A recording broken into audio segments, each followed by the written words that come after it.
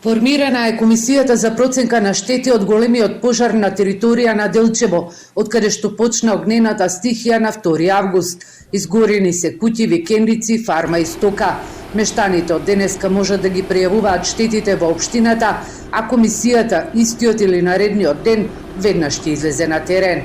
Зборувам за Делчевска општина, само еден човек кој што нема друго живеалиште освен ова и на него веднаш му помагаме. На другите сите треба да пријават со барање до нас, до локалната самоуправа за утврдување на штетата која што е настаната, рекол со овластен проценител, тоа треба да се направи и другите инспектори, ние тоа ќе го препратиме до владата, а владата со одлука верувам дека ќе излезе во пресет, односно ќе ја надокнади целата штета на луѓето кои што имаат претрпено штета и не само во Делчевско, во цела држава, бидејќи ова е што стана во државата е елементарна непогода.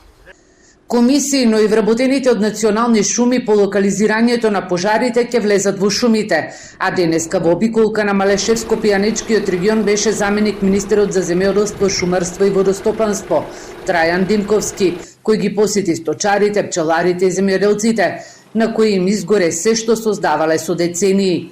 Најави интервентна мерка за обезбедување на сточна храна, а токму пред 5 дена Телма го пренесе и барањето на сточарите и ветеринарните лекари со цел да не трпи производството на брендираното малешевско сирење, но и јагне и мед. Значи кабаста храна, тоа слами, тешко дека може да собереме, пошто изгоре. Инаку, екзистенцијата ни е исклучиво од сточарство и земјоделие, баре за мојата фамилија збораме, имаме стока некаде бројка 780 телиња, 100 свини, нешто држиме месара, така цела фамилија круго го вртиме и екзистираме од сточарство и земјоделие. Се е оголено. Во моментов сточарите ќе се соочат во наредниот период со голем проблем, не ќе има каде да напасуваат својата стока.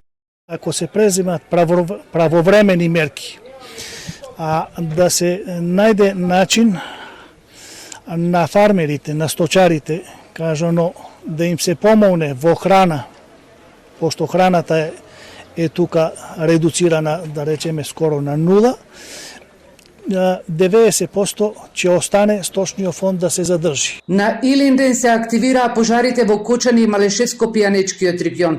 Во Кочани, каде што постоеше опасност огнот да проголта 3 населби, почната е проценката на штетите. Ќе трае до 17 август.